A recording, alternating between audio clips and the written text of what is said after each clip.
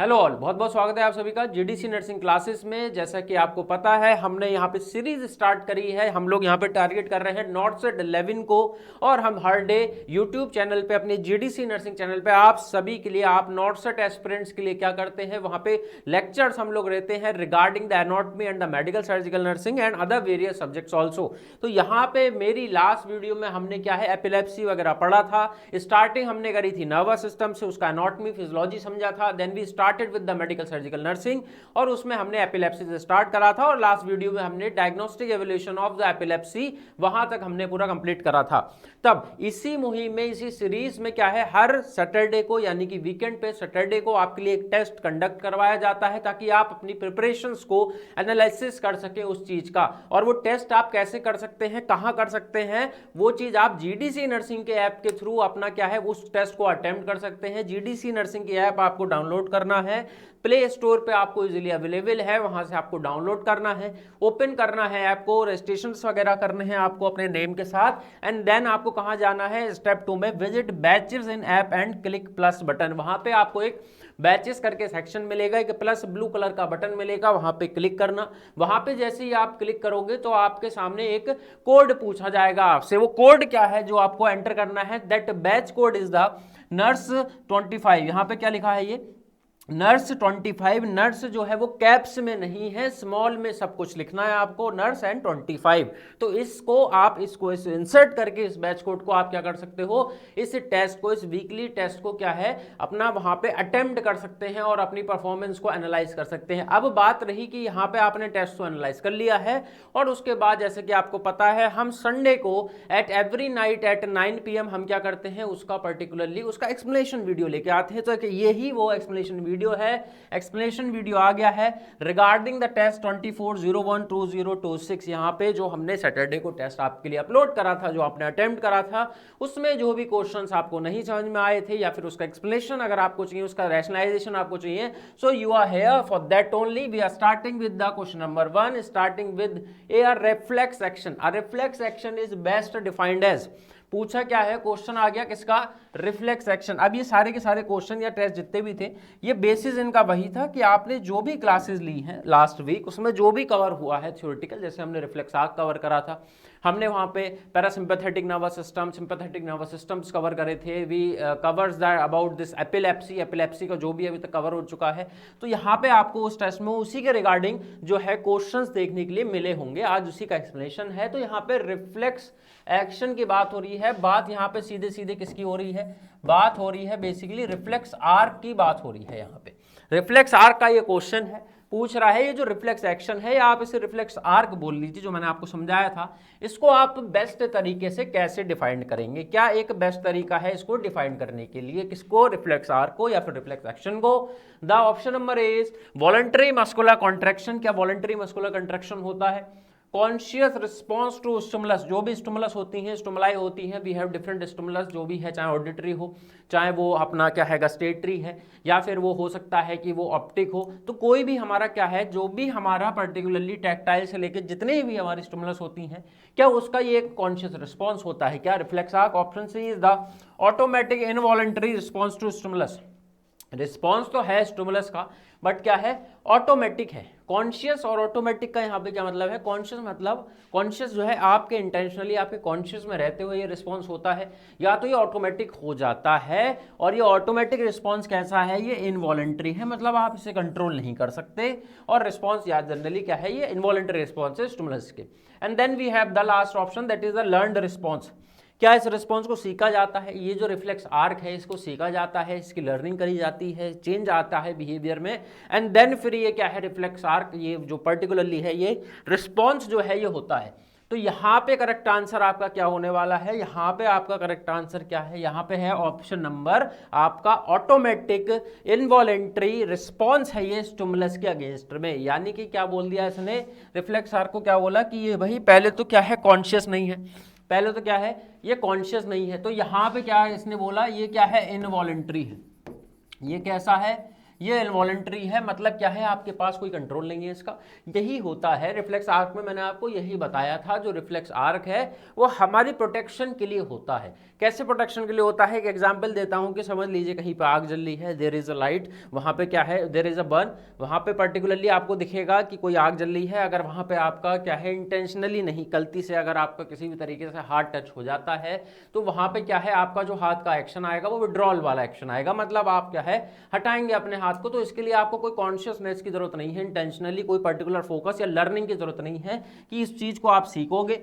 तो ऐसा नहीं है, it is a very automatic, automatic response है और आप इसे कंट्रोल नहीं कर सकते हैं, यानी कि ये अनइंटेंशनली ही होगा। और अल्टीमेटली यहाँ पे देखो वॉलंटरी लिखा है, तो वॉलंटरी तो है नहीं, ये तो इनवॉलंटरी है, कंट्रोल तो है नहीं इस पर, कॉन्शियस नहीं है, ये ऑटोमेटिक है। और लर्न यानी कि सीखा नहीं जा सकता, इसे ये ऑलरेडी प्रेजेंट होता है, ठीक है। तो यहाँ पे ये ऑप्शन जो है, automatic involuntary response to the stimulus, it is the best possible way to define a particular reflex arc और reflex action is the best defined as the automatic involuntary response to stimulus. सीधे सीधे आपका ये answer हो गया। Okay, now moving to the next question, the first component of a reflex arc. Reflex arc के बारे में ही पूछा है अभी, और ये पूछा है कि ये बता दीजिए कि पहला जो कंपोनेंट है, हमने जो रिफ्लेक्स आर्क पढ़ा था उसमें सबसे पहला कंपोनेंट क्या था। तो पहला हमारे पास क्या है, ऑप्शन दे देते हैं यहाँ पे ए क्या बताया गया, यहाँ पे बोला गया ए क्या इफेक्टर है, सेंसरी न्यूरॉन है, रिसेप्टर है, और या फिर इंटर न्यूरॉन है, या फिर इंटर न्यूरॉन है। तो यहाँ पे आंसर क्या होगा, यहाँ पे सीधा सीधा बहुत क्या है, प्राइमरी डायरेक्ट सिंपल क्वेश्चन है ये, इसका आंसर है आपका रिसेप्टर। पूछा क्या था, एक्सप्लेन कर दे रहा हूँ मैं आपको। पूछा क्या था उसने, पूछा ये था कि भाई हमको ये बताइए कि ये जो रिफ्लेक्स आर्क है, यानी कि रिफ्लेक्स एक्शन की बात हुई थी, इसका फर्स्ट कंपोनेंट क्या है, फर्स्ट कंपोनेंट क्या है। अब रिफ्लेक्स आर्क की अगर बात करूं तो मैंने आपको बताया था, रिफ्लेक्स आर्क के बारे में मैंने आपको अच्छे से सबको समझाया था। क्या समझाया था कि जो रिफ्लेक्स आर्क होती है, तो वहाँ पे सपोज करिए स्टार्टिंग से कि ये क्या है भाई, ये तो एक कैंडल है, ठीक, ये हमारा क्या है, ये एक कैंडल है, बीच में क्या है, बीच में ये particularly consider it as a fire, ठीक है, ये हमारा क्या है, ये फायर है। अब यहाँ पे अल्टीमेटली क्या हुआ, यहाँ पे अल्टीमेटली क्या है, फिंगर टच हुई है, ठीक है, क्या हुआ, यहाँ पे हैंड का फिंगर टच हुआ है, ठीक। तो अब अल्टीमेटली रिस्पॉन्स कैसे आएगा, विड्रॉल ही होगा, यहाँ से हाथ जो है विड्रॉ करेंगे आप। अब ये जो स्टिमुलस है, ये एक्चुअल में क्या है, ये तो भाई स्टिमुलस है, ये क्या है, ये तो स्टिमुलस है, ये क्या है, स्टिमुलस है, और इसी का रिस्पॉन्स आपने दिया। और ये जो रिस्पॉन्स आया, एक ऐसा था इनवॉलेंटरी था, ऑटोमेटिक था ये, ठीक है, आपके कॉन्शियस का तो था नहीं। और अल्टीमेटली ये जो स्टिमुलस था, ये पता कैसे चला, ये ऐसे पता चला क्योंकि स्किन के अंदर मैंने आपको बहुत तरीके के रिसेप्टर्स बताए थे। फोटो रिसेप्टर्स बताया था जो कि लाइट सेंसिटिविटी वगैरह को पहचानते हैं, मैंने आपको बताया था कीमो रिसेप्टर्स केमिकल वेरिएंस वगैरह को समझाते हैं, मतलब क्या है वो करते हैं, ट्रैक करते हैं। देन मैंने आपको मैक्नो रिसेप्टर बताए थे, मैक्नो मैकेनिकल मतलब प्रेशर वगैरह टच का, वो सब टैक्टाइल हमारा जितना भी है वो देखते हैं।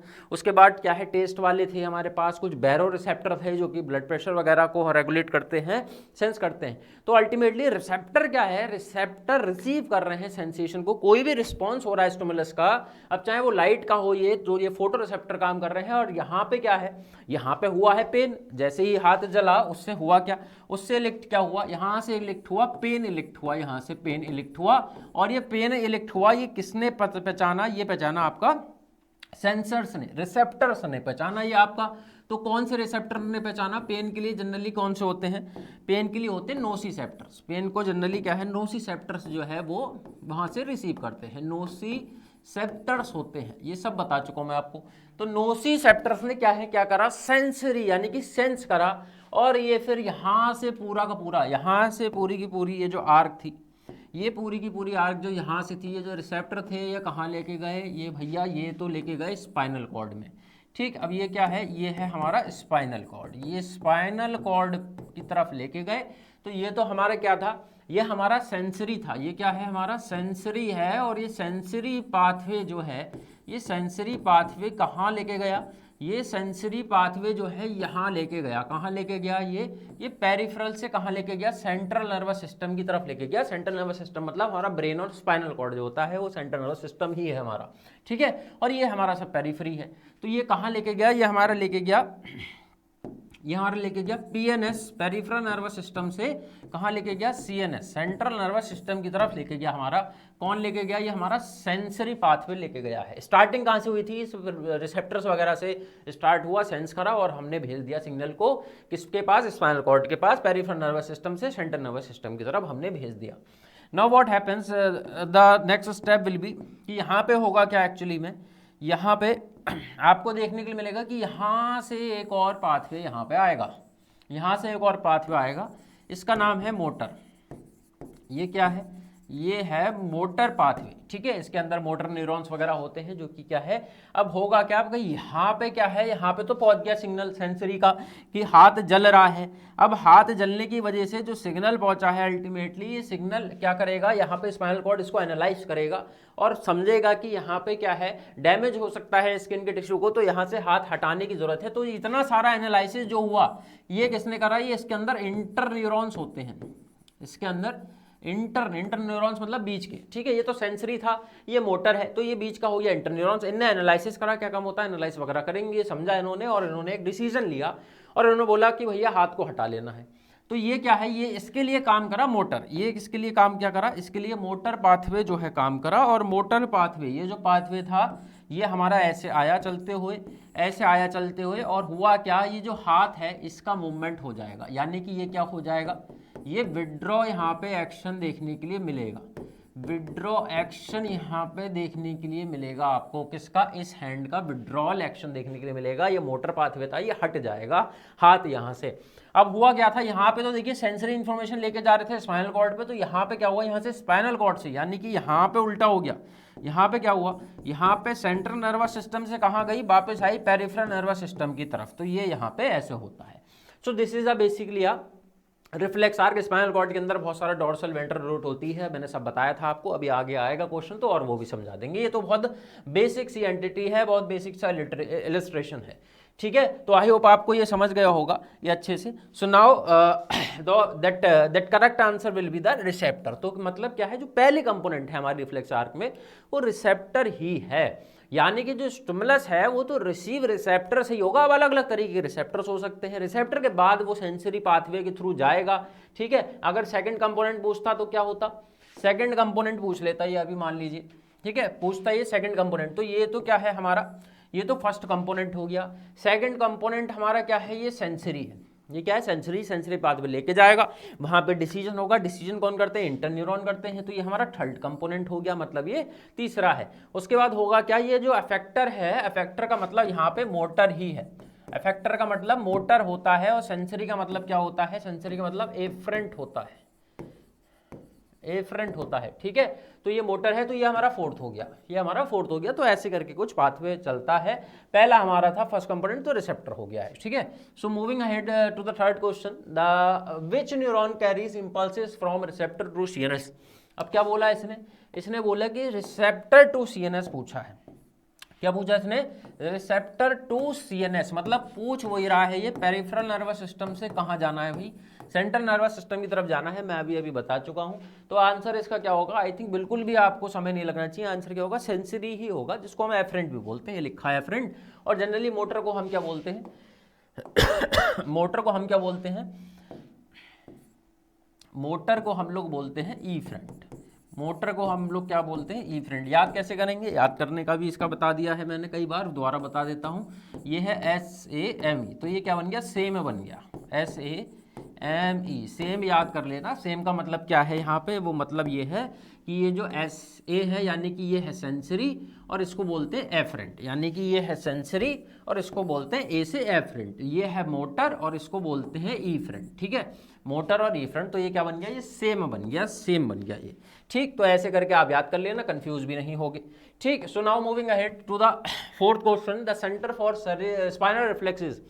ये जो स्पाइनल रिफ्लेक्स होता है इसका सेंटर कहाँ होता है, ये जो भी रिफ्लेक्स हो रहा है यहाँ पे स्पाइनल रिफ्लेक्स लिखा है, या फिर आप मान लीजिए यहाँ पे रिफ्लेक्स आर्क ही लिखा होता, ठीक है। एक क्वेश्चन और बता देता हूँ आपको, क्वेश्चन क्या, बस एक यहाँ पे बस आप कह दीजिए कि यहाँ पे बेसिकली क्या है, बस एक वोकैबुलरी का यहाँ पे थोड़ा सा फर्क है। अलग अलग तरीके से आपको क्वेश्चन परेशान कर सकता है। रिफ्लेक्स एक्शन भी मान लीजिए आप इसे, ठीक है, या तो आप क्या मान लीजिए, आप इसे रिफ्लेक्स आर्क भी मान लीजिए, रिफ्लेक्स आर्क मान लीजिए, तो आप जो भी कर लीजिए, इसको बात वही है यहाँ पे, चाहे स्पाइनल एक्शन है, स्पाइनल रिफ्लेक्स है, रिफ्लेक्स आर्क है, रिफ्लेक्स एक्शन है, तो यहाँ पे पूछा यह है कि इसका सेंटर कहाँ है भैया, इसका सेंटर कहाँ होता है। ये पूरी चीज जो मैंने भी आपको बताई थी कि सेरिबेलम में होता है, सेरिब्रम में, मेडुला में, या स्पाइनल कॉर्ड में।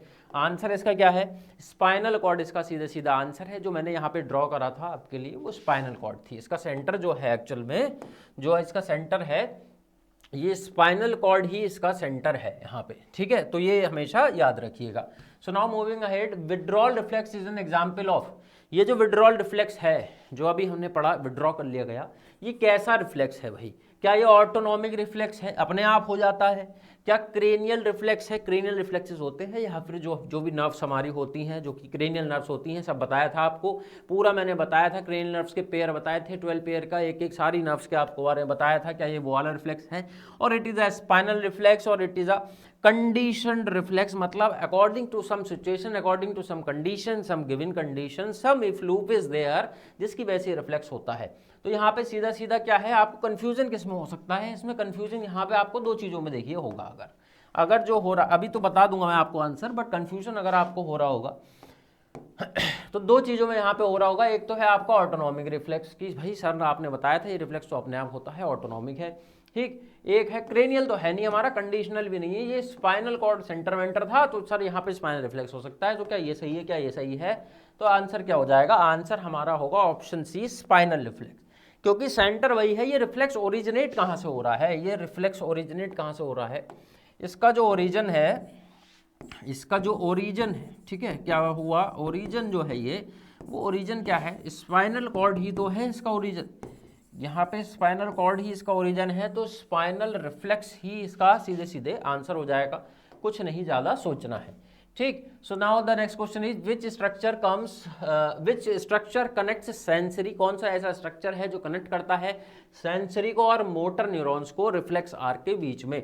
यानी कि जो पूरी रिफ्लेक्स आर्क आपको बताई थी उसमें ये बताना है कि क्या है, हाँ, ये कनेक्ट, ये जो सेंसरी है और ये क्या है, ये इसमें कनेक्ट कौन कर रहा है? यानी कि अभी अभी आपको दिखाया भी था मैंने, यहाँ पे आप देखोगे तो मैंने बताया था कि देखिए भाई ये तो सेंसरी पाथवे है, यहाँ से इन्फॉर्मेशन गई, लेके गए स्पाइनल कॉर्ड की तरफ, ठीक, वहाँ पे एनालाइज वगैरह हुआ और वहाँ से फिर इन्फॉर्मेशन वापस आई, जिससे कि एक्शन वगैरह हुआ, हाथ हट गया हमारा, विड्रॉल एक्शन आया, मोटर पाथवे था हमारा। तो यहाँ पे ये पूछ रहा है कि इन दोनों के बीच में क्या है, क्या कनेक्ट कर रहा है, इनके बीच में क्या फंक्शनिंग है? तो क्या रिसेप्टर है? तो रिसेप्टर की बात आएगी तो रिसेप्टर तो क्या है भाई? रिसेप्टर तो हमारा, रिसेप्टर तो रिसीव करता है, ये तो हमारा फर्स्ट कंपोनेंट है, ठीक। उसके बाद अफेक्टर, अफेक्टर तो हमारा क्या है? ये मोटर है, ये क्या है? ये मोटर ही है हमारा। उसके बाद इंटरन्यूरॉन क्या है? ये हमारा बीच का पार्ट होता है, जहाँ पे क्या होती है, जहाँ पे एनालाइसिस होती है, जहाँ पे एनालाइसिस होती है, और गैंग्लियन हमारा एक और स्ट्रक्चर होता है। तो आंसर यहाँ पे सीधा सीधा समझ में आ रहा होगा आपको, वहाँ पे भी मैंने लिख दिया था इंटरन्यूरॉन इनका, इसका पर्टिकुलर आंसर है, ठीक। उसके बाद knee jerk reflex test which nerve, अलग अलग तरीके के रिफ्लेक्स होते हैं, ये भी मैंने आपको बताया था, पूरी टेबल दिखाई थी, अच्छे से याद है मुझे सारे, उसमें रिफ्लेक्स थे, चाहे नी रिफ्लेक्स हो, उसको पटेलर रिफ्लेक्स बोल लीजिए आप। उसके बाद we have the tricep reflex, हमारे पास रेडियल वाला रिफ्लेक्स भी था, हमारे पास एक्लीस टेंडन वाला रिफ्लेक्स भी था, तो बहुत सारे रिफ्लेक्स थे। यहाँ पे नी जर्क के बारे में पूछा है। नी जर्क मतलब जब हम परकुशन हैमर से अपने नी पे यहाँ पे टैप करते हैं पेशेंट को, तो वहाँ पे जो वो पटेलर सरफेस के नीचे जब टैप होता है, तो वहाँ पे जब नी आगे की तरफ होती है, यानी कि एक्सटेंशन होता है जब, तो पर्टिकुलरली वो कौन सी नर्व को चेक करने के लिए है? तो आंसर क्या है इसका भाई? पहला ऑप्शन देख लीजिए, सियाटिक नर्व है, फिमोरल नर्व है, टीबियल नर्व है कि पेरोनियल नर्व है? आंसर क्या है इसका? सीधे सीधे फिमोरल नर्व के लिए नी जर्क रिफ्लेक्स होता है।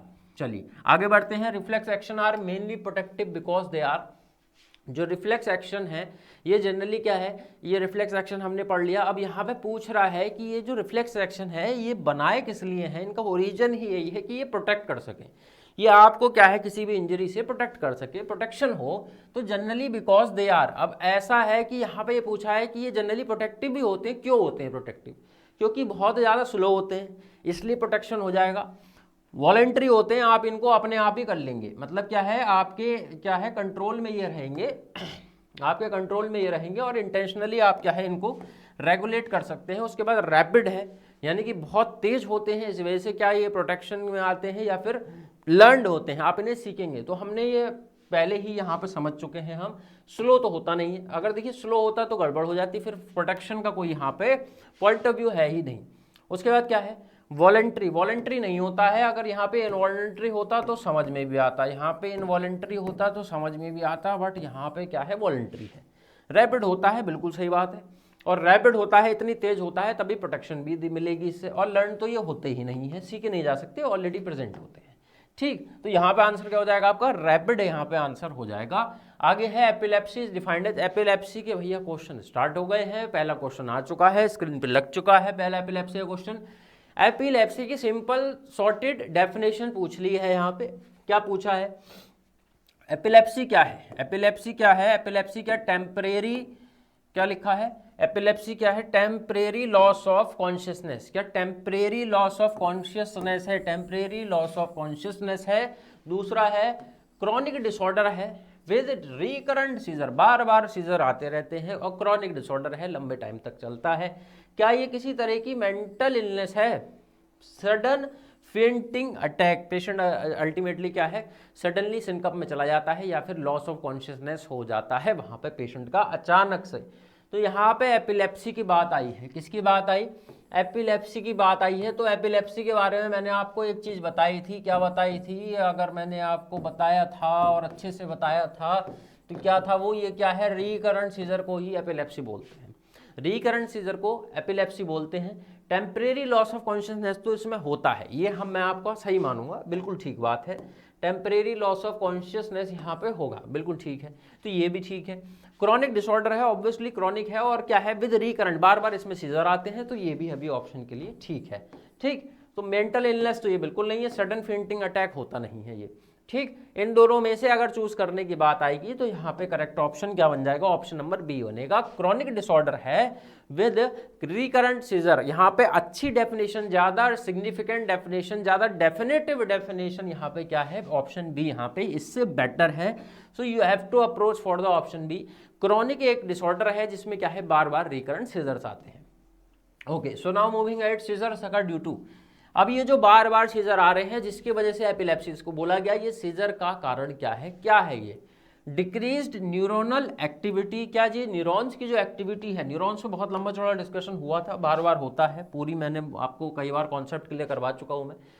पूछ क्या रहा है यहाँ पे, सीजर जो है क्यों आते हैं, क्या इसका ड्यू टू है, डिक्रीज्ड न्यूरोनल एक्टिविटी, क्या न्यूरॉन की एक्टिविटी क्या हो जाती है, कम हो जाती है, डिक्रीज हो जाती है। एबनॉर्मल एक्सेसिव न्यूरोनल डिस्चार्ज, जो न्यूरॉन्स के अंदर से डिस्चार्ज निकलते हैं, यानी कि वी ऑलरेडी नो कि न्यूरॉन क्या है, हमारा एक basic structure and function unit है, जो कि क्या करता है, जो कि अल्टीमेटली इंफॉर्मेशन को ट्रांसफर करता है in electrical form by using the various हमारा यहाँ पे केमिकल रिसेप्टर, जो कि एसिटाइलकोलामाइन, गाबा था, सर्टोनिन, डोपामिन, डोबिटामिन, एड्रेनलिन और एड्रेनलिन, बहुत सारे थे वहाँ पे, ग्लूटामेट वगैरह। तो ये क्या, जो इसकी इलेक्ट्रिकल एक्टिविटी है वहाँ पे क्या है, कुछ अनस्टेबल हो जाता है, एबनॉर्मल हो जाती है और एक्सेस हो जाती है। तो क्या ये है इसका रीज़न जिसकी वजह से सीजर आते हैं पेशेंट को। उसके बाद है रिड्यूस्ड ब्लड ग्लूकोज, ठीक है, तो हाइपोग्लाइसीमिया, क्या हाइपोग्लाइसीमिया की वजह से होता है, तो ये रीज़न होता है, ये मैंने भी आपको बताया था, हाइपोग्लाइसीमिया रीज़न होता है, इलेक्ट्रोलाइटिक इम्बैलेंस भी रीज़न होता है। इन्फेक्शन ओनली, तो इन्फेक्शन भी क्या है, इन्फेक्शन भी होता है, इन्फेक्शन भी रीजन होता है, बट यहाँ पे क्या लिखा है, यहाँ पे कॉन्सेप्ट क्या है, यहाँ पे कॉन्सेप्ट लिखा है ओनली का, तो यहाँ पे ओनली वाली तो बात है नहीं, बिल्कुल ओनली वाली बात नहीं है। रिड्यूस ब्लड ग्लूकोज, हाइपोग्लाइसीमिया, तो ये भी रिस्क फैक्टर है, ऐसा नहीं है कि ऐसा होगा तो सीजर आना ही आना है। बात करें डिक्रीज न्यूरल एक्टिविटी की, तो डिक्रीज नहीं होती, बढ़ती है हमेशा न्यूरॉन की एक्टिविटी, और न्यूरॉन का कंडक्टिविटी बढ़ती है, डिपोलराइजेशन होता है, चार्ज निकलता है ज़्यादा, तो डिस्चार्जेस यहाँ पे बढ़ जाते हैं। तो सीधा सीधा क्या है, एबनॉर्मल एक्सेस न्यूरोनल एक्टिविटी, या फिर आप बोल दीजिए डिस्चार्ज बोल दीजिए। तो यहाँ पे सीधा सीधा आंसर हो गया हमारा ऑप्शन नंबर बी। ठीक, okay, so now moving at the most common age group affected by the epilepsy. अब ये जो एपिलेप्सी है, एपिलेप्सी का मतलब क्या है, देखिए सीजर का मतलब तो मैंने आपको बता दिया, बार बार मैंने जो है एपिलेप्सी पे भी फोकस करा है कि ये एपिलेप्सी क्या है। ये एपिलेप्सी का हमेशा क्या ध्यान रखना, ये रिकरेंट सीजर है, बार बार क्या है जो सीजर आएगा, और कंडीशन कैसी बनेगी, ये कंडीशन बनेगी क्रॉनिक, ये एपिलेप्सी है। ठीक है, सीजर क्या है, एक लाइन याद कर लेना, एबनॉर्मल, ऑब्वियसली एबनॉर्मल है और कम नहीं है, यानी कि डिक्रीज नहीं है, एक्सेसिव है, एक्सेसिव डिस्चार्ज है किसका, न्यूरॉन्स का, डिस्चार्ज ऑफ न्यूरॉन या फिर न्यूरोनल एक्टिविटी आप समझ लो, या फिर कुछ भी इलेक्ट्रिकल एक्टिविटी आप समझ लो, लिखना एबनॉर्मल एक्सेस ही है हमें किसका, न्यूरॉन का एक्टिविटी का, ठीक है। तो ये यहाँ से याद कर लेना। अब पूछ रहा है एपिलेप्सी बार बार जो है सबसे ज़्यादा किस में देखने को मिलती है, क्या ओल्ड एज पीपल में देखने को मिलेगी, मिडिल एज देखने को मिलेगी, चाइल्डहुड एंड एडल्ट में देखने के लिए मिलेगी, या प्रेगनेंसी पीरियड के टाइम पे देखने के लिए मिल सकती है। तो आंसर यहाँ पे क्या है, आंसर यहाँ पे चाइल्डहुड में सबसे ज़्यादा इसका इंसिडेंस होता है। एपिलेप्सी देखा गया है कि सबसे ज़्यादा जो है ये एपिलेप्सी कहाँ देखने के लिए मिलेगी आपको, चाइल्डहुड में देखने के लिए मिलेगी। तो यहाँ पे चाइल्डहुड और एडोलसेंस, अगर इन दोनों में से भी पूछ लिया जाए तो चाइल्डहुड बिल्कुल लगा देना, इन दोनों में से भी पूछ लिया जाए तो चाइल्डहुड लगा देना। सबसे ज़्यादा इंसिडेंस देखने के लिए मिलता है, सबसे ज़्यादा इंसिडेंस देखने के लिए मिलता है किसका, मिलता है एपिलेप्सी का देखने के लिए मिलता है। अभी के लिए ऑप्शन आपका क्या है, चाइल्डहुड एंड एडोलसेंस हो गया है, क्योंकि दोनों ही है। अगर इन दोनों में से भी ऑप्शन आपसे पूछे तो चाइल्डहुड में ही लगा के आना, एडोलसेंस से ज़्यादा प्रायोरिटी चाइल्डहुड पे देंगे आप, ठीक। Okay, so now the next question is which investigation confirms epilepsy. Epilepsy कौन सी कंडीशन कंफर्म करता है, तो यहाँ पे CT scan, MRI, EEG, that is the electron encephalography. ये भी मैंने आपको अच्छे से बताया था कि हम लोग वेव ट्रैक करते हैं, इलेक्ट्रिकल डिस्चार्जेस जो ब्रेन से होते हैं, अल्फा बीटा गामा, मैंने फोटो भी दिखाई थी इसकी, सब कुछ बताया था। And then the X ray of the skull. तो यहाँ पे जो डेफिनेटिव आपको चीज़ मिलेगी, यहाँ पे जो डेफिनेटिव आपको चीज़ मिलेगी, तो एक्सरे ऑफ स्कल से तो कुछ पता चलना नहीं है, ईईजी एक बेसिक है, कंफर्मेटरी नहीं हो पाएगा इससे। सिटी स्कैन से कुछ एब्नॉर्मलिटीज वगैरह देख सकते हैं, बट यहाँ पे एमआरआई, इन चारों ऑप्शन में से जो है एमआरआई वो आपका क्या रहने वाला है, करेक्ट ऑप्शन रहने वाला है, डेफिनेटिव है। और यहाँ पे एमआरआई को आप कंफर्मेटरी मानेंगे। अगर ईईजी आएगी तो भी ईईजी से ज़्यादा भी आप क्या है, प्रायोरिटी आपको एमआरआई की रखनी है। Okay, so now moving eight, febrile seizure usually occurs in. Febrile seizure की बात आई है। फेब्राइल सीजर क्या होते हैं, फेब्राइल सीजर्स होते हैं हमारे ऐसे सीजर जो किसकी वजह से आते हैं, फीवर की वजह से आते हैं। बताया था मैंने आपको ये भी, फेब्राइल सीजर का जो कॉन्सेप्ट है, ये फेब्राइल सीजर कैसे आते हैं, ये आते हैं फीवर की वजह से। जनरली 105 डिग्री से जब फ़ारेनहाइट से ज़्यादा हो जाएगा तब आते हैं, हाइपर पायरेक्सिया वगैरह कंडीशन में देखने के लिए मिलेगा। तो ये किस में है, क्या अडल्ट में है, एल्डर में है, चिल्ड्रन में है, प्रेग्नेंट वुमेन में है। फिर से आपको मैंने हमेशा बताया है चिल्ड्रन ही ऑप्ट करना है। एडोलसेंस होता है यहाँ पे तो भी चिल्ड्रन ही आप यहाँ पे क्या है ऑप्ट करते, और चिल्ड्रन में ही मोस्ट कॉमन रहते हैं यहाँ पे। Okay, so now the question number 14, status epilepticus क्या है, स्टेटस एपिलेप्टिकस क्या है, ये is defined as seizure lasting more than. यहाँ पे बोला क्या है, अच्छा एक टर्म है यहाँ पे स्टेटस एपिलेप्टिकस। स्टेटस एपिलेप्टिकस ये जो टर्म है, स्टेटस एपिलेप्टिकस जो टर्म है यहाँ पे, ठीक है। तो ये टर्म क्या है, ये टर्म क्या है, एक पर्टिकुलर सीजर, यहाँ पे एपिलेप्सी की नहीं बात हो रही है, एक सिंगल सीजर की बात हो रही है, वन सिंगल एपिसोड की बात हो रही है, सिंगल एपिसोड ऑफ किसका, सीजर का। अगर वो कुछ पर्टिकुलर मिनट से ज़्यादा होता है तो उस टर्म को हम क्या बोलते हैं, उस टर्म को हम बोलते हैं स्टेटस एपिलेप्टिकस बोल देते हैं। यहाँ पे वही टाइम पूछा है कि सीजर कितने टाइम तक आए और उससे ज़्यादा हो जाए तो आप उस कंडीशन को स्टेटस एपिलेप्टिकस बोलोगे। तो क्या 1 मिनट है, 2 मिनट है, 5 मिनट है कि 10 मिनट है, तो यहाँ पे ऑप्शन रहेगा 5 मिनट, सी ऑप्शन। यानी कि 5 मिनट से ज़्यादा अगर सीजर किसी को पेशेंट को आ रहा है तो उसको हम क्या बोलेंगे, स्टेटस एपिलेप्टिकस कंडीशन बोलेंगे। उसके बाद बात आती है the warning stage before seizure is called. Stages आ गया है, बहुत लंबा चौड़ा यहाँ पे हमारा क्या है डिस्कशन चला था किसके बारे में, स्टेजेस ऑफ सीजर के बारे में। लास्ट वीडियो हो चाहे उससे लास्ट वीडियो हो, जहाँ पे पूरा हमने कॉन्सेप्ट समझा था स्टेज ऑफ सीजर के बारे में। सो यहाँ पे पूछा है वार्निंग स्टेज कौन सी होती है। यहाँ पे अर्ली स्टेज से स्टार्ट होता है, यानी कि मैंने आपको स्टेजेस बताई थी, जिसमें ओरा स्टेज थी, उसके बाद इक्टल थी जिसके अंदर क्लोनिक टॉनिक आता था, उसके बाद पोस्ट क्या है इक्टल फेज था, और क्लोनिक फेज तो इक्टल का ही पार्ट होता है, टॉनिक क्लोनिक दोनों इसमें ही आते हैं।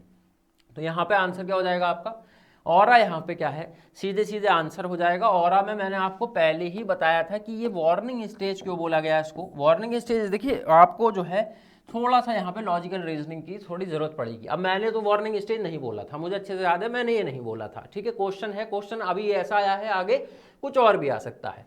और स्टेज को मैंने अच्छे समझाया था, और यहाँ पे दोबारा से इस चीज़ को मैं क्या है, इस चीज़ को थोड़ा सा रैशनलाइज करने के लिए उसको दोबारा समझाऊंगा आपको।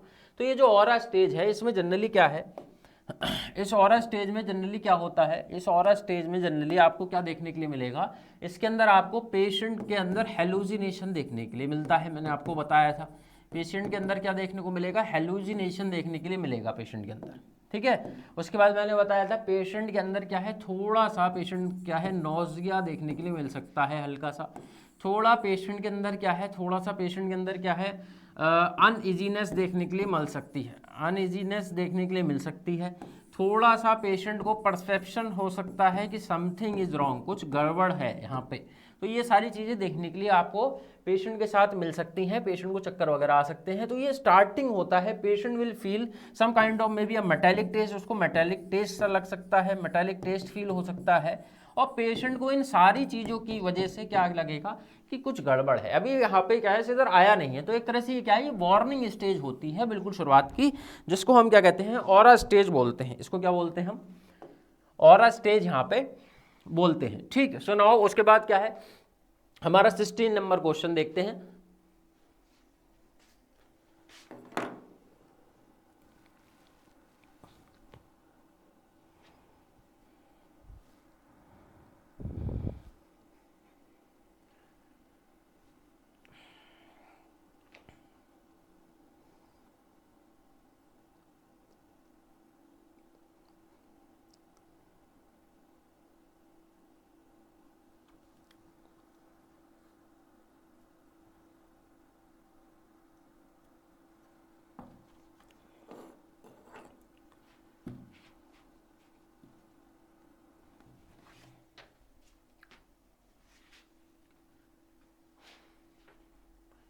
तो 16 नंबर जो क्वेश्चन है क्या पूछ रहा है, loss of consciousness occurs during, जो ये स्टेजेस ही पूछी हैं इसने, पूछा क्या है, स्टेजेस के बारे में ही पूछा है, और बोल ये रहा है कि ये जो स्टेजेस हैं इसमें कॉन्शियसनेस कब लॉस होती है, क्या ऑरा स्टेज में होती है, एक्टल में होती है, पोस्ट एक्टल में होती है, या फिर रिकवरी स्टेज में होती है। तो आंसर क्या हो जाएगा यहाँ पे, एक्टल स्टेज में होती है। एक्टल के अंदर क्या है, हमारे दोनों आते हैं, एक्टल के अंदर हमारे दो आते हैं, एक तो आता है टॉनिक फेज आता है, एक आता है टॉनिक फेज, और एक क्या आता है, एक आता है इसमें क्लोनिक फेज, एक क्लोनिक फेज आता है, ठीक है।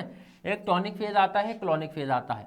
अच्छा, टॉनिक फेज में क्या होगा, क्लोनिक फेज में क्या होगा, तो टॉनिक फेज में तो क्या होता है, इसके अंदर पेशेंट के अंदर क्या देखने को मिलेगा, जो मसल की टोनिसिटी है, टोनिसिटी जो है मसल की, टोनिसिटी जो है मसल की वो बढ़ जाती है। और यहाँ पे क्लोनिक में क्या है, जर्की मूवमेंट पेशेंट के स्टार्ट होते हैं, और उसके बाद पेशेंट जो है जनरली अनकॉन्शियस हो जाता है, ठीक है। जनरली क्या है, उसके बाद पेशेंट अनकॉन्शियस हो जाता है, अनकॉन्शियस हो जाएगा इसके बाद पेशेंट। तो ये जनरली किसका पार्ट है, एक्टल का पार्ट है, इसलिए आंसर क्या हो जाएगा यहाँ पे, सीधे सीधे आंसर हो जाएगा यहाँ पे एक्टल, यहाँ पे आंसर हो जाएगा, ठीक। उसके बाद नेक्स्ट क्वेश्चन की तरफ चलते हैं। नेक्स्ट क्वेश्चन क्या पूछ रहा है, कंफ्यूजन एंड ड्राउजीनेस, कंफ्यूजन हो रहा है, पेशेंट को ड्राउजीनेस हो रही है, मतलब पेशेंट जो है ऐसा है कि पेशेंट अभी भी नींद में है ऐसा लग रहा है। अकर्स इन विच स्टेज, ये वाला क्या है, किस स्टेज में होगा, और टॉनिक इक्टल या फिर पोस्ट इक्टल में। तो ये जो कंफ्यूजन होता है, ये जो ड्राउजीनेस होती है बिल्कुल लास्ट में, पोस्ट इक्टल फेज में यहाँ पे देखने के लिए आपको मिलेगी, क्या देखने के लिए मिलेगी, आपको कन्फ्यूजन देखने के लिए मिलेगा, एंड ड्राउजीनेस यहाँ पे देखने के लिए मिलेगी। उसके बाद क्या है, muscle rigidity occurs in which phase of tonic clonic scissor. अब यहाँ पे पूछा क्या है, यहाँ पे पूछा है टाइप्स ऑफ सीजर, मैंने आपको टाइप्स ऑफ सीजर भी बताए थे, और पूछ क्या लिया इसने, पूछा टॉनिक क्लोनिक सीजर में से। टॉनिक क्लोनिक सीजर में होता क्या है, टॉनिक क्लोनिक सीजर में टॉनिक है इसमें और क्लोनिक भी है, ठीक है। इसके अंदर टॉनिक भी है और क्लोनिक भी है। तो टॉनिक में तो क्या है, वही मैंने जैसे आपको बताया, टॉनिक जहाँ पे भी देखना है आपको, वहाँ पे यही है कि मसल की जो रिजिडिटी है वो जो है बढ़ जाएगी, और यहाँ पे क्या होगा, यहाँ पे जर्की मूवमेंट्स होते हैं, यहाँ पे पेशेंट के जर्की मूवमेंट्स आपको देखने के लिए मिलेंगे। तो यहाँ पे ये पूछ रहा है कि टॉनिक क्लोनिक में जो है ये मसल रिजिडिटी जो है कब होती है, किस में होती है। तो क्लोनिक में तो जर्की मूवमेंट होते हैं। पोस्ट इक्टल तो बिल्कुल लास्ट की स्टेज है, जहाँ पे अभी ये क्वेश्चन आया था कि ड्राउजीनेस होती है, पेशेंट कंफ्यूज सा रहता है, ये वाला, तो ये तो बिल्कुल लास्ट की स्टेज है, पोस्ट इक्टल है, इक्टल के बाद है। इक्टल के अंदर टॉनिक एंड क्लोनिक है। तो क्लोनिक में मैंने आपको बताया जर्की मूवमेंट्स होते हैं, ठीक है, तो ये तो होगी नहीं, पोस्ट इक्टल बाद की है। टॉनिक हमारा क्या है, यहाँ पे मसल की टोन बढ़ती है, मसल रिजिडिटी मतलब यहाँ पे मसल की टोन बढ़ जाती है, तो ये हो सकता है। और स्टेज बिल्कुल हमारी शुरुआत की स्टेज है, तो ये यहाँ पे नहीं होगा। तो आंसर क्या हो जाएगा यहाँ पे, आंसर हो जाएगा टॉनिक स्टेज। ठीक, उसके बाद बात करते हैं जर्की मूवमेंट की। तो जर्की मूवमेंट किसमें देखने के लिए मिलते हैं, बहुत सिंपल है, टॉनिक में मसल रिजिडिटी होती है, क्लॉनिक में जर्की मूवमेंट होते हैं। और हमारी पहली स्टेज है जहाँ पे पेशेंट को नॉजिटिक फील होता है, हेलुसिनेशन होगा। हेलुसिनेशन कौन सा होगा, मेटालिक टेस्ट आ सकता है, गस्टेटरी हो सकता है, पेशेंट को हो सकता है ऑप्टिकल इल्यूजन हो, सॉरी हेलुसिनेशन हो, या फिर हो सकता है पेशेंट को वहाँ पे ऑडिटरी या स्मेल वगैरह हो सकता है, ऑल्फैक्टरी वाले हेलुसिनेशंस हो जाएं।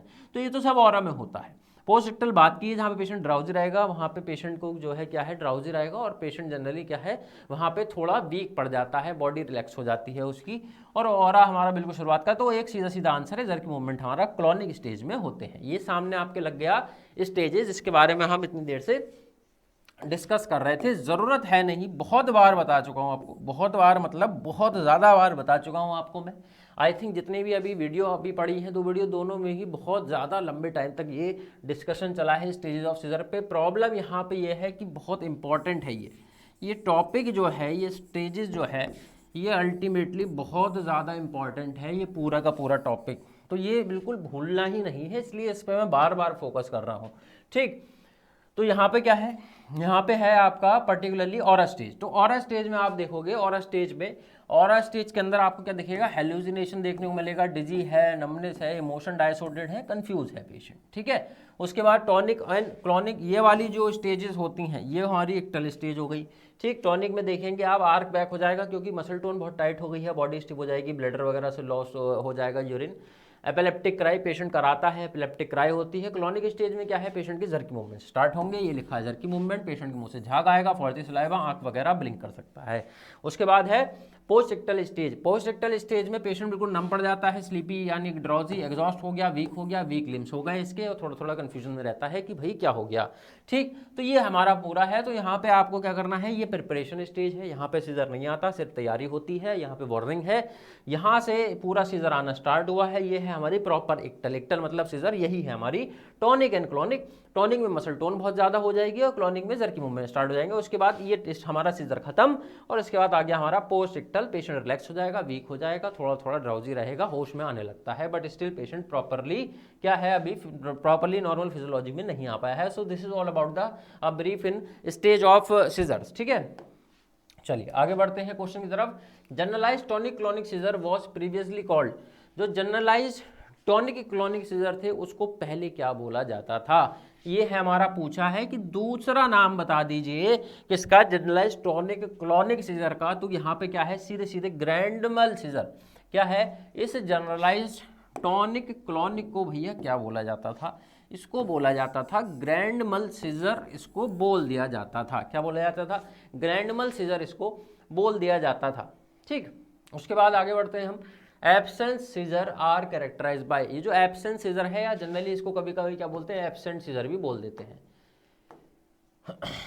क्या बोल देते हैं, एब्सेंट भी बोल देते हैं, एब्सेंट सीजर भी बोल देते हैं, एब्सेंट सीजर भी बोल देते हैं। और जनरली क्या है, इसमें ये पूछ रहा है कि ये जो एब्सेंट सीजर है ये कैसे आप कैरेक्टराइज कर सकते हैं, कैसे आइडेंटिफाई कर सकते हैं, क्या फीचर इसका होता है। वायलेंट मूवमेंट होंगे, ठीक, तो एब्सेंट है इसमें, जनरली वायलेंट मूवमेंट इसमें नहीं होते हैं। ब्रीफ स्टेयरिंग स्पेल, एक तरफ पेशेंट देखता रहेगा, हो सकता है ऐसा हो, पेशेंट जो है मैंने ये भी डिस्कस करा था, आपको बताया था, एक ही तरफ देखता रहता है।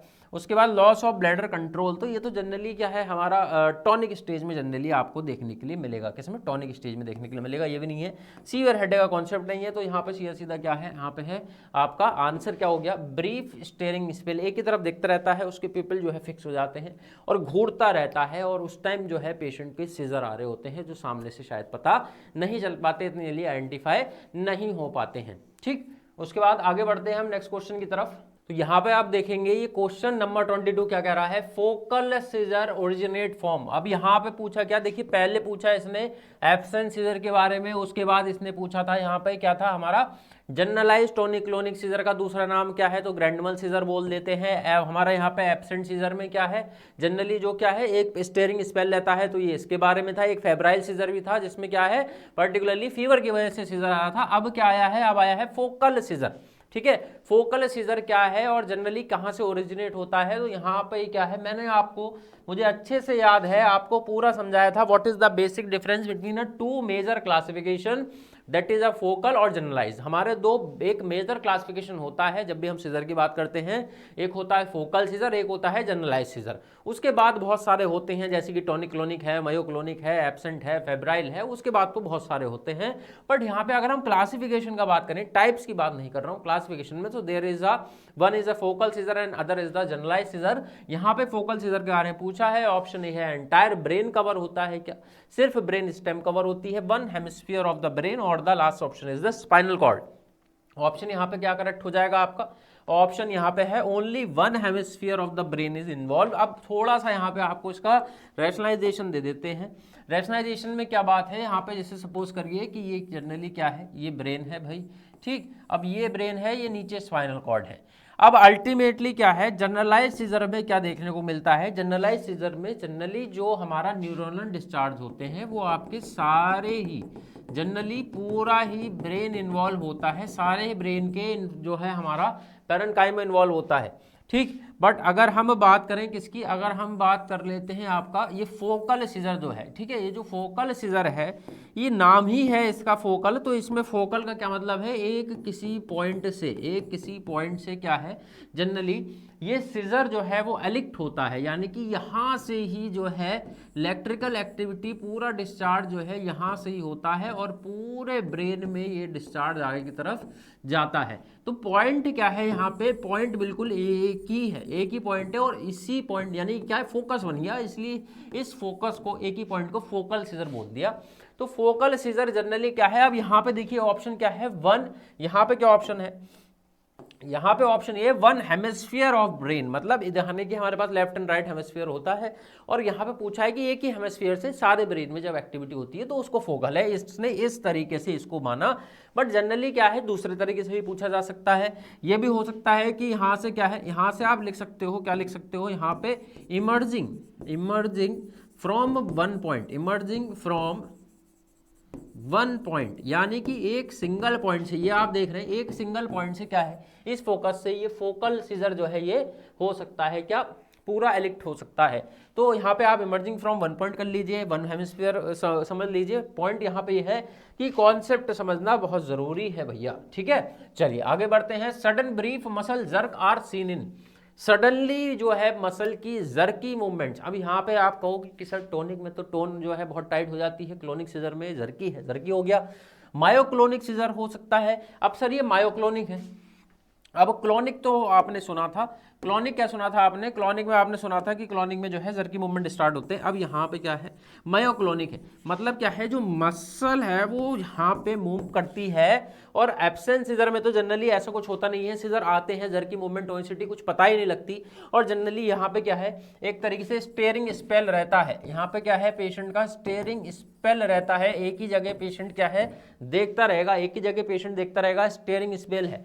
तो यहाँ पे क्या है, आंसर क्या हो जाएगा आपका, मायोक्लोनिक। मायोक्लोनिक में क्या है, जर्की मूवमेंट तो रहेंगे, बट मायोक्लोनिक के अंदर होता क्या है, अल्टीमेटली मायोक्लोनिक के अंदर होता यह है कि सडन आपको मसल कॉन्ट्रैक्शंस वहां पे देखने के लिए, जर्की मूवमेंट्स वहां पे देखने के लिए मिलते हैं, दैट इज द मायोक्लोनिक, ठीक।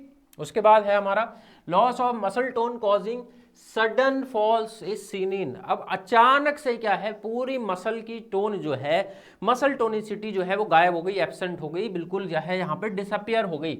अब सडनली ऐसा होता है तो पेशेंट क्या है, अब सपोज करिए कि क्या है, अल्टीमेटली यहाँ पे अगर ये है, अगर पूरा ही मसल टोन एकदम से, ये हमारा जो मसल टोन है अभी जो कॉन्ट्रैक्शन में है, इसी की वजह से हम अभी खड़े हैं, आप लोग बैठे हैं या खड़े हैं। अब जनरली क्या है, अगर ये मसल टोन बिल्कुल ही, ये जो लॉस ऑफ मसल टोन है ये अचानक से हो जाए, बिल्कुल अचानक से हो जाए, तो कोलैप्स हो जाता है, पेशेंट क्या है, कोलैप्स हो जाएगा। तो ये किस में देखा जाता है, टॉनिक सीजर में तो जनरली ये मसल टोन जो है बहुत हाई हो जाती है, यानी कि रिजिड हो जाती है। ए टॉनिक क्या मतलब है, ए से है एब्सेंस, टोन एब्सेंट हो गई, तो ये हो सकता है। एब्सेंट सीजर मैंने आपको बता दिया, स्टेयरिंग स्पेल होता है, ये सब कुछ होता नहीं है। फोकल सीजर के अंदर बहुत सारी चीजें हो सकती हैं, तो ये तो एक जनरलाइज टाइप का क्लासिफिकेशन है, फोकस और जनरलाइज, ठीक। अब यहाँ पे आंसर क्या है आपका, सीधा अटॉनिक है। ए मतलब एब्सेंस, टोनिक मतलब टोनिसिटी, तो यहाँ पे यही है कि लॉस ऑफ टोन हो रहा है। ए मतलब लॉस है, लॉस ऑफ मसल टोन हो रहा है। आंसर सीधे क्या हो गया, ए टॉनिक सीजर आपका आंसर हो गया है। ठीक है, so now moving to the question number 25, seizures without loss of consciousness. Consciousness यहाँ पे लॉस नहीं होता, ऐसे सीजर को क्या बोलते हैं? क्या जनरलाइज सीजर है, फोकल अवेयर सीजर है, या फिर टॉनिक क्लोनिक सीजर है, या फिर अवेयर यहाँ पे क्या एब्सेंट सीजर है? आंसर क्या हो जाएगा? यहाँ पे पूछा है ऐसे कौन से सीजर होते हैं जहाँ पे लॉस ऑफ कॉन्शियसनेस नहीं होता है, जहाँ पे ये एलओसी जो है लॉस ऑफ कॉन्शियसनेस होता ही नहीं है, तो ये कौन से होते हैं? फोकल अवेयर होते हैं। ठीक है, अब यहाँ पे देखिए वर्ड है, यहाँ पे क्या वर्ड है? देखिए सारी टर्मिनोलॉजीज वर्ड में ही होती हैं, सारे कॉन्सेप्ट वर्ड में ही होते हैं। क्या है यहाँ पे है ये अवेयर। ठीक है, तो ये जो अवेयर है इसका मतलब क्या है कि यहाँ पे अवेयर का मतलब है कि विदाउट लॉस ऑफ कॉन्शियसनेस ही यहाँ पे बात हो रही है कि अवेयर रहेगा। फोकल टाइप का सीजर है, लेकिन ये क्या है? अवेयर है, अवेयर है। और एक होता है फोकल अनअवेयर, जिसमें क्या है जनरली लॉस ऑफ कॉन्शियसनेस हो जाता है पेशेंट के, लेकिन ये अवेयर है। ये क्या है? ये अवेयर है। तो अवेयर में क्या है generally patient loss of conscious नहीं होगा। यहाँ पे विदाउट लॉस ऑफ कॉन्शियस मतलब पेशेंट जो है कॉन्शियस जो है पर्टिकुलरली यहाँ पे रहता है, इसलिए अवेयर रहता है, इसलिए फोकल अवेयर सीजर हो गया है। Okay, so now the next is the lip smacking and the automatism occurrent. अब यहाँ पे पहले तो इन दोनों वर्ड के मतलब समझना बहुत जरूरी है। ठीक, अब ये है लिप स्मैकिंग। ठीक, लिप स्मैकिंग का मतलब क्या है आप समझ लीजिए कि एक तरह से कह सकते हैं इसको क्या बोले, लिप फ्लटर बोल दीजिए, लिप फ्लटर, फ्लटरिंग वगैरह रहेगी। ऑटोमेटिज्म मतलब है थोड़ा बहुत ऐसा लगेगा पेशेंट अंदर ही अंदर या फिर बड़बड़ा सा रहा है। ठीक है, तो ये है। अब ये किस में होता है? क्या ये एब्सेंट सीजर में होता है, फोकल इंपेयर्ड अवेयरनेस सीजर। उसके बाद क्या है? मायोक्लोनिक सीजर और एटोनिक। एटोनिक में तो आपको पता है कि क्या है, मसल लॉस हो जाता है। मसल लॉस का मतलब मसल की टोन का लॉस हो जाता है, ये एटोनिक है। मायोक्लोनिक में सडन कॉन्ट्रैक्शंस आते हैं।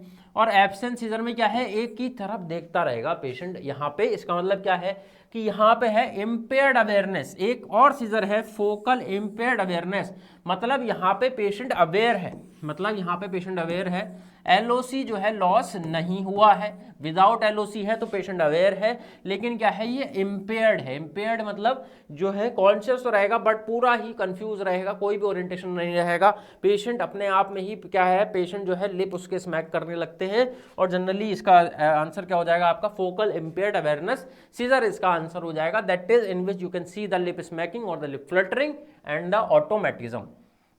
ठीक, तो next question is the peripheral nervous system include. Peripheral nervous system भी हमने पढ़ा था, उसके बाद सेंट्रल नर्वस सिस्टम भी पढ़ा, पैरासिम्पैथेटिक पढ़ा, सिंपैथेटिक पढ़ा। यहाँ पे बहुत डायरेक्ट क्वेश्चन है, पेरिफेरल नर्वस सिस्टम क्या होता है? सेंट्रल नर्वस सिस्टम क्या होता है? सेंट्रल नर्वस सिस्टम की अगर हम बात करें तो सेंट्रल नर्वस सिस्टम में अगर आप बात करोगे तो सीएनएस जो है इसके अंदर तो दो होते हैं, एक तो हमारा होता है ब्रेन और एक होता है स्पाइनल। स्पाइनल मतलब स्पाइनल कॉर्ड की यहाँ पे बात हो रही है। तो यहाँ पे पूछा है पीएनएस, यहाँ पे पूछा क्या है? यहाँ पे पेरिफेरल पूछा है, सीएनएस नहीं पूछा। ठीक, तो ब्रेन एंड स्पाइनल कॉर्ड ये तो सीएनएस का होता है, तो ये नहीं है। क्रेनियल एंड स्पाइनल नर्व्स क्या ये होता है? क्या सेरिब्रम? सेरिब्रम तो हमारा ब्रेन का पार्ट है, तो ये है ही नहीं। ब्रेन स्टेम भी हमारा क्या है? ब्रेन स्टेम हमारा ब्रेन का पार्ट है, उसके बाद स्पाइनल कॉर्ड होती है। तो हमारा बचा एलिमिनेशन से एक आंसर यहाँ पे सीधा क्रेनियल और स्पाइनल नर्व जो होती हैं वो क्या होती हैं? हमारी पेरिफेरल होती हैं। तो सपोज करिए ये क्या है? ये अल्टीमेटली ब्रेन है, this is the spinal cord. अब ये तो हमारा सेंट्रल नर्वस सिस्टम है, ब्रेन भी और हमारा ये जो है ये हमारा ये सेंट्रल नर्वस सिस्टम है। अब अल्टीमेटली यहाँ से इस क्रेनियल से जो ब्रेन से जो नर्व्स निकलती हैं, ठीक, और हमारे स्पाइन से जो नर्व निकलती हैं, जो हम स्पाइनल नर्व जिन्हें बोला जाता है। ठीक, तो ये पूरा क्या है? ये पूरा का पूरा पेरिफेरल नर्वस सिस्टम है। क्रेनियल एंड स्पाइनल नर्व्स हमारा पेरिफेरल नर्वस सिस्टम है। Total number of spinal nerve, पूरी total number of spinal nerve कितनी होती हैं? 30 पेयर, 31 पेयर, 32 पेयर, 33 पेयर। बहुत सिंपल इजी डायरेक्ट क्वेश्चन है। 31 पेयर्स होते हैं। सारे पेयर्स डिस्कस करे गए थे, whether it is cervical, thoracic, lumbar, sacral या फिर कॉर्डर कोना की बात हो। पूरी चीज सारी वीडियोस में प्रीवियसली यूट्यूब चैनल पर अवेलेबल हैं, जाके जरूर देखिएगा। सारी चीजें यहाँ पे डिटेल में डिस्कस करी हुई थी। सामने आपके एक इमेज इलस्ट्रेशन आ गया है, इसको देख लीजिए, आपको थोड़ा बहुत यहाँ पे जो कन्फ्यूजन है वो भी क्लियर हो जाएगा। ठीक, तो starting with this cervical, cervical में वी हैव द, इसको थोड़ा सा मैं जूम आउट कर देता हूँ जिससे आपको दिख जाए। ठीक है। So I hope this is visible now. The cervical is having the 8 nerve, 8 nerve होती हैं। थोरेसिक में 12 है, लंबर में 5 है, सैकरल में 5 है, and the last one is the Quadra equina. ठीक, लास्ट वन क्या है? क्वाड्रा इक्विना है, यानी कि एक सिंगल मर्ज नर्व होती है हमारा, और यहाँ पे कॉक्सिक्स रीजन में होती है ये, और इसको इस पूरी ही जितना भी ये स्टेम है, ये हमारी पूरी स्पाइनल कॉर्ड है, इसको आगे मूव करती है, यानी कि आगे इसको एक्सटेंड करती है cauda equina. So 8 and 12 we have the, यहाँ पे कितना है? 20, 25, 30 and then the last one is that is the 31। तो टोटल कितना हो गया? टोटल 31 यहाँ पे हो गया है। ठीक है, ये इसका लेयर है, आपको पता है, dura mater, एक्नोइड matter, pia matter, dab. ये सब डैप मतलब DAP, ये हमारा हो गया, सबसे आउटर डूरा है। Then the middle one is the arachnoid mater, pia mater हमारी लास्ट है, सब अरेक्नोइड स्पेस होता है जिसमें सेंटर जो हमारा सेरेब्रोस्पाइनल फ्लूइड रहता है। ठीक, तो यही पूरा का पूरा हमारा क्या है? स्पाइनल कॉर्ड का अलग अलग ग्रुप्स होते हैं, 31 टोटल पेयर हैं, जो मैंने आपको सब बता दिया था। Okay, so now coming to the cervical spinal nerve कितनी होती है? अभी जस्ट हमने पढ़ा है 7, 8, 12, 5। तो यहाँ पे आंसर क्या हो जाएगा? ऑप्शन नंबर बी, 8 पेयर यहाँ पे देखने के लिए मिलेंगे आपको सर्वाइकल में।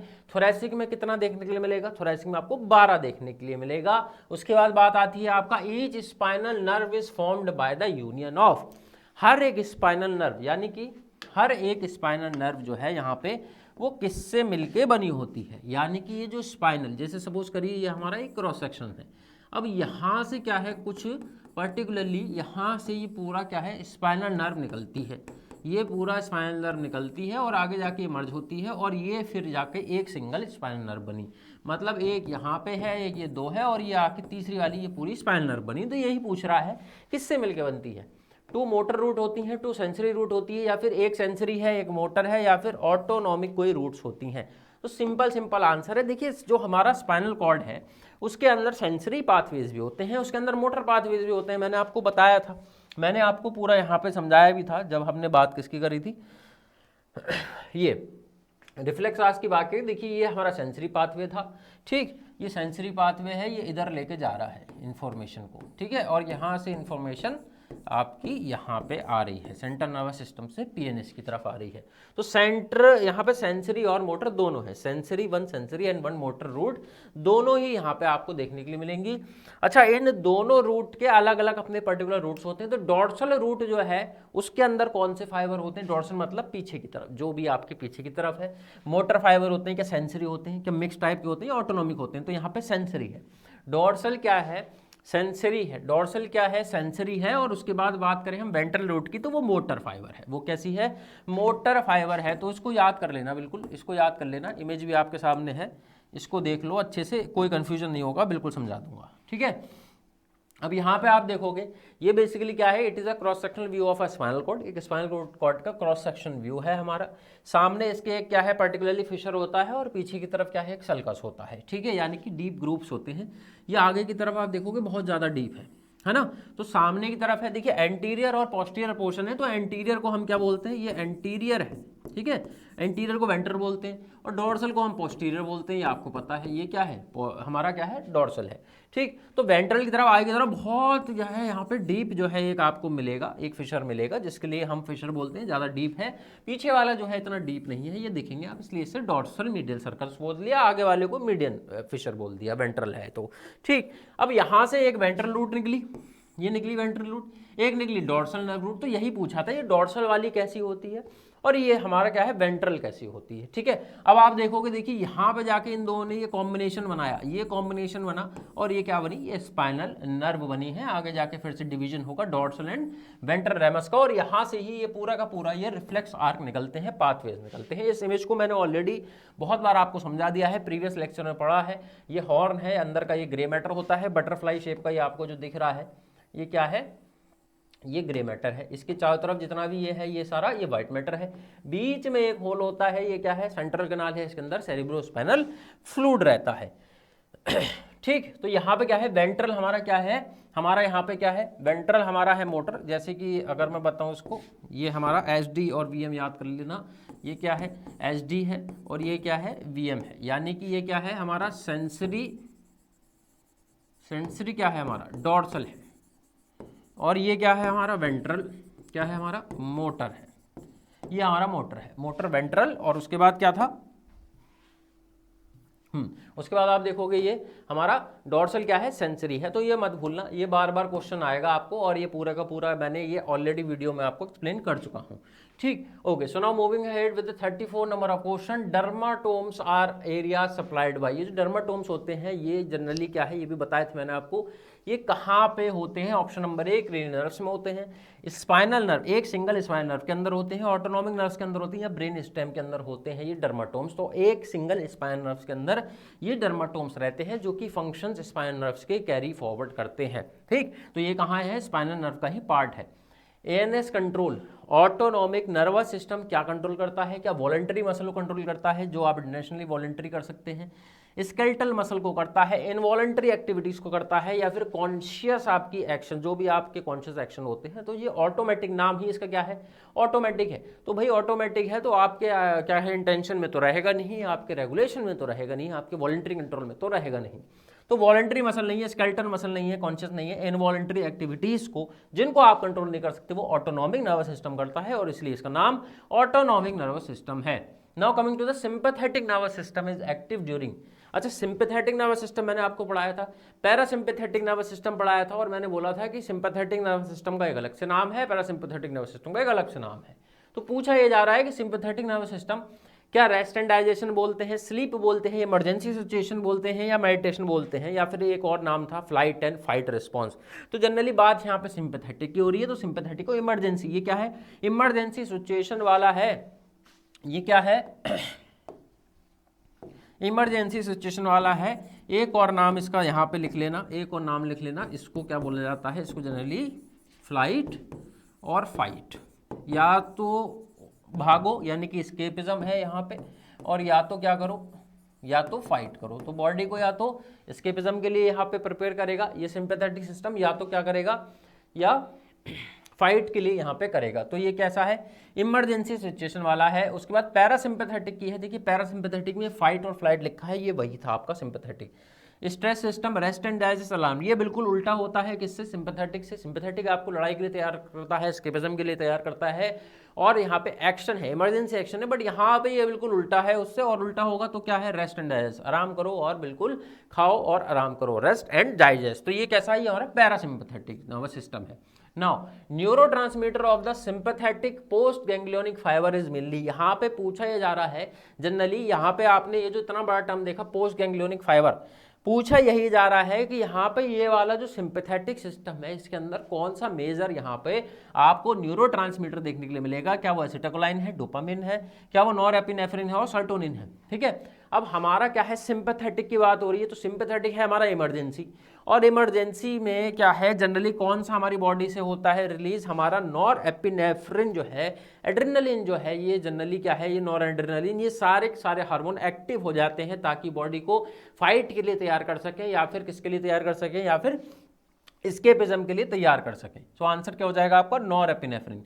अब बात आती है पैरासिम्पैथेटिक न्यूरॉन की। अब पैरासिम्पैथेटिक में आपका न्यूरोट्रांसमीटर क्या कौन सा होता है मेजरली, वो होता है एसिटाइलकोलाइन। यहाँ पे मेजरली क्या है, पैरासिम्पैथेटिक, बिल्कुल मत भूलना। पैरासिम्पैथेटिक के लिए क्या है, यहाँ पे है एसिटाइलकोलाइन, और बात करूं अगर मैं सिंपैथेटिक के लिए, सिंपैथेटिक के लिए अगर मैं बात करूं तो यहाँ पे क्या लिखना है आपको, नॉरएपिनेफ्रिन, नॉरएपिनेफ्रिन, और एसिटाइलकोलाइन हमारा क्या है, पैरासिम्पैथेटिक है, क्या है, पैरासिम्पैथेटिक के लिए होता है, ठीक है। So now coming to the next question, that is the question number 40। Sympathetic system causes, sympathetic जो है ये क्या करता है भाई, ये क्या हार्ट रेट को डिक्रीज करेगा। आप देखिए यहाँ पे आपको समझना यहाँ पे ये है, तभी आप इसकी फंक्शनिंग जो है वो समझ पाओगे। बात हुई किसकी, सिंपैथेटिक की बात हुई, ठीक। अब सिंपैथेटिक की बात हुई तो सिंपैथेटिक कैसा है, इमरजेंसी वाला है ये, तो भाई कैसा है, इमरजेंसी वाला है, फाइट करेगा या फिर क्या करेगा, या तो एस्केप करेगा।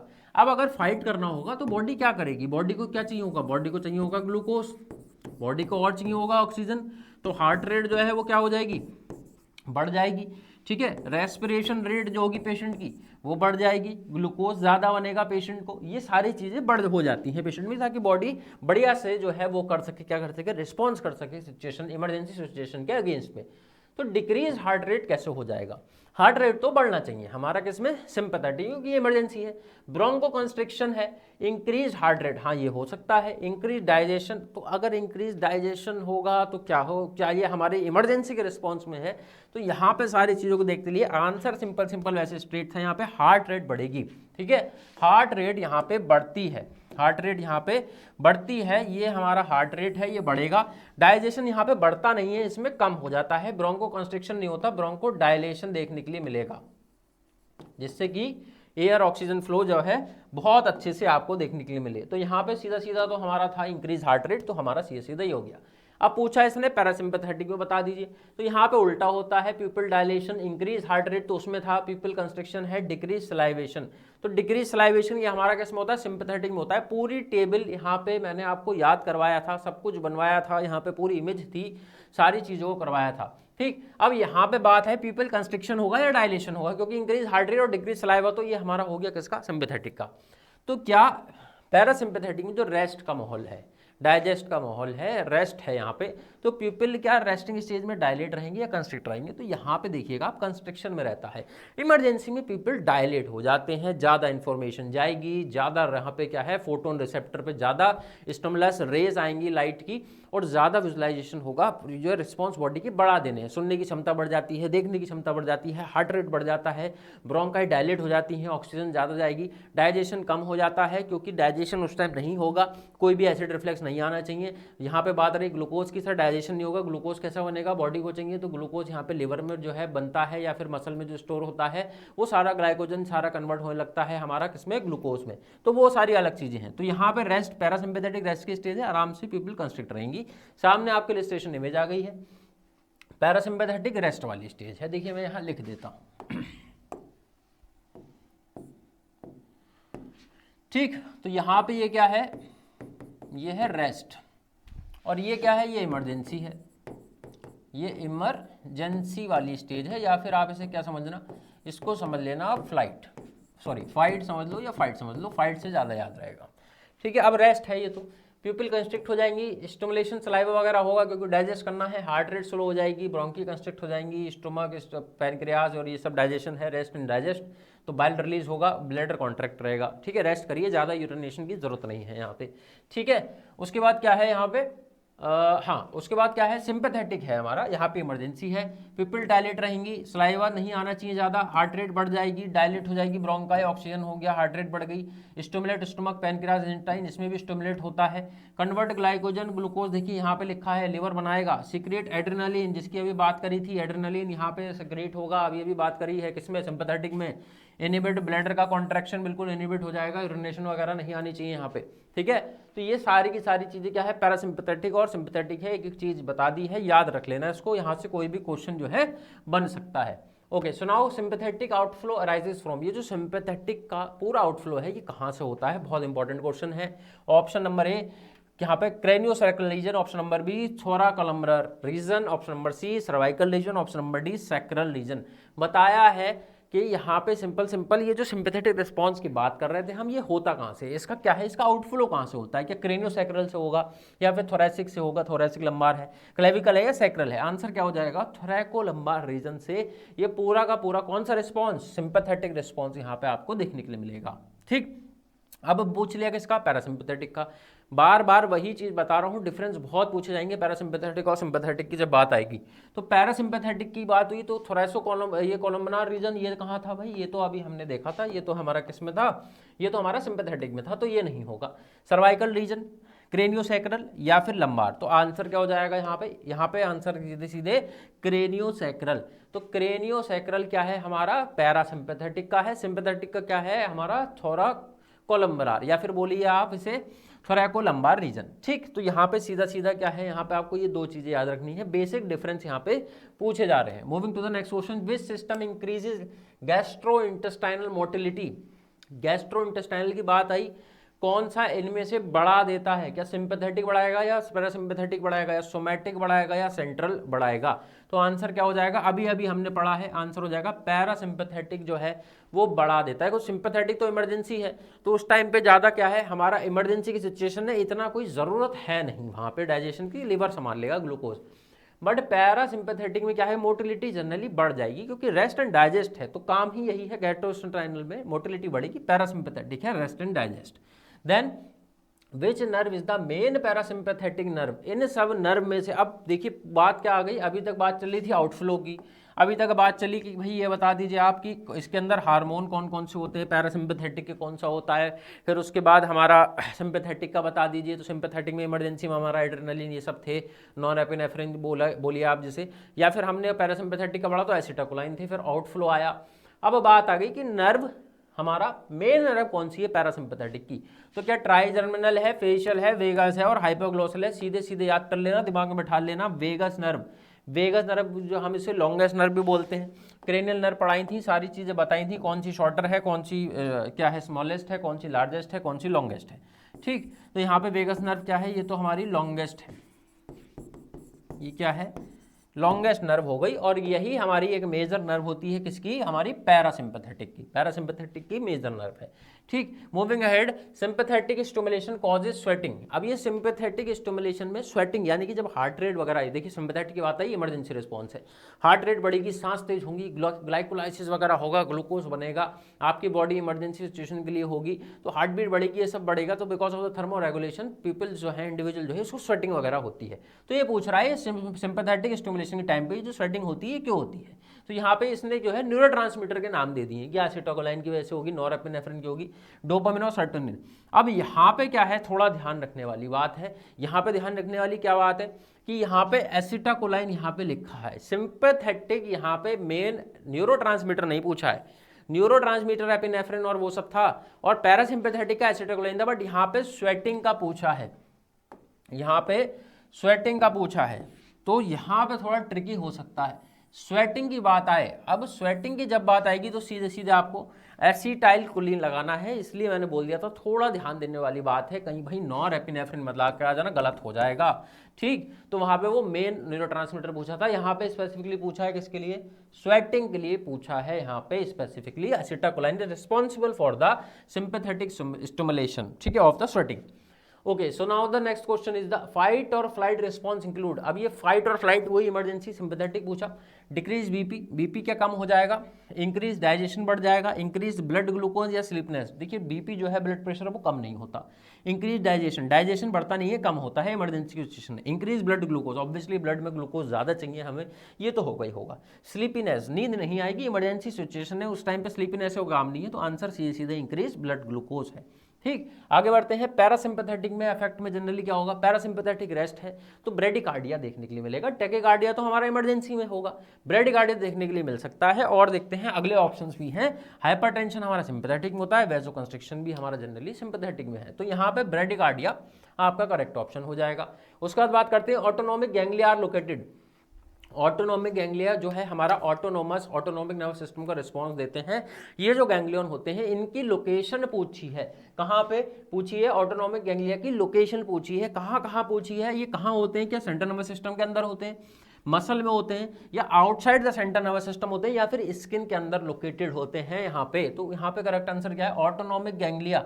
अब ऑटोनोमिक गैंग्लिया हमारा सेंट्रल नर्वस सिस्टम का पार्ट ही नहीं है, ये जो हमारा एएनएस है ये तो हमारा सब क्या है, ये पेरिफेरल नर्वस सिस्टम है, यानी कि हमारा स्पाइनल कॉर्ड से अलग है, सेंट्रल नर्वस सिस्टम से अलग है, तो ये outside the central nervous system, यानी कि हमारे पेरिफेरल नर्वस सिस्टम में ये सारा का सारा ऑटोनोमिक जो है ये गैंग्लिया रहेगा, क्योंकि it is a part of ANS, that is automatic nervous system और ऑटोमेटिक नर्वस सिस्टम, ठीक। तो ये क्या है, आउटसाइड सेंट्रल नर्वस सिस्टम है, ब्रेन और स्पाइनल कॉर्ड के अंदर ये गैंग्लिया आपको देखने के लिए नहीं मिलेगा। So the last question is the PNS is divided into, बहुत सिंपल क्वेश्चन है, पीएनएस पूरा क्लासिफिकेशन आपको समझाया था, then we have the central nervous system, central nervous system, spinal cord, brain, then we have the peripheral, autonomic, उसके अंदर somatic था, फिर पैरासिम्पैथेटिक, सिंपैथेटिक, सब कुछ बताया था। सीधे सीधे पेरिफेरल का पूछा है, अब पेरिफेरल के अंदर क्या सेंट्रल नर्वस सिस्टम आएगा, ये तो नहीं आएगा, क्या सोमैटिक एंड ऑटोनॉमिक है, इसको अभी के लिए हम लोग क्या है यहाँ पे रिलीव करते हैं। Brain and spinal cord is also that is a part of central nervous system, क्या सिंपैथेटिक आएगा खाली, तो सिंपल एलिमिनेशन के हिसाब से आप देखोगे तो सीधा सीधा आंसर क्या है,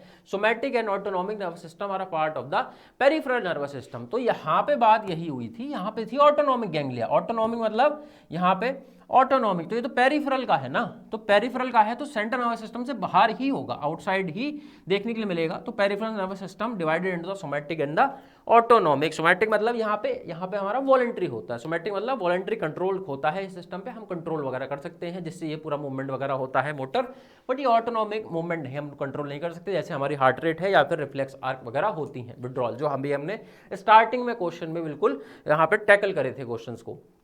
तो आज के लिए इतना ही था, ये पूरा का पूरा आपको जो रैशनलाइजेशन मैंने दिया हर एक क्वेश्चन का, आई होप आपको पसंद आया होगा, आपके जो भी कन्फ्यूजन्स हैं, जो भी डाउट्स हैं वो सॉल्व हो गए होंगे। अभी हम आगे नेक्स्ट सीरीज में अपने आगे बढ़ते हुए कंटिन्यूशन में हम लोग एपिलेप्सी का नर्सिंग मैनेजमेंट की वीडियो बहुत जल्दी आने वाली है, जैसे कि मैंने आपको बताया था लास्ट वीडियो में कि पूरी एपिलेप्सी में दो ही चीज़ इंपॉर्टेंट है, एक स्टेजेस। अब जब आप उन स्टेजेस को समझ लोगे उसके बिहाफ पे पूरा का पूरा नर्सिंग मैनेजमेंट, जहाँ से सिनेरियो बेस्ड क्वेश्चन बनेंगे। अब आपने अभी तक मेरे जितने भी वीकली टेस्ट देखे होंगे generally primary direct question, simple question वहाँ पे थे, क्योंकि basically the questions are from the anatomical section और एपिलेप्सी का बस 2 पार्ट हुआ है। बट हम लोग मेडिकल सर्जिकल अचीव कर चुके हैं, यहाँ पे स्टार्ट कर चुके हैं। अब वहाँ से अब अगली वीडियो में जैसी नर्सिंग मैनेजमेंट मैं टच करूँगा, वहाँ से you will be seeing in the upcoming weekly test a complete scenario based question आपको वहाँ पे नॉट सेट लेवल के देखने के लिए मिल सकते हैं। सो बी प्रिपेयर, आने वाली क्लासेस को बहुत ध्यान से समझिएगा, बिकॉज अब थोड़ा माहौल जो है वो गर्म होने वाला है। You have to tighten your seat belt, और ध्यान से अब पढ़ना पड़ेगा और थोड़ा कॉम्पिटिटिव तरीके से, और थोड़ा अपने दिमाग को खोल के और थोड़ा जोर शोर से आपको पढ़ना पड़ेगा। तो आज की वीडियो में था इतना ही, जल्दी मिलूंगा आपसे नेक्स्ट वीडियो के साथ, तब तक के लिए आई एम साइनिंग आउट।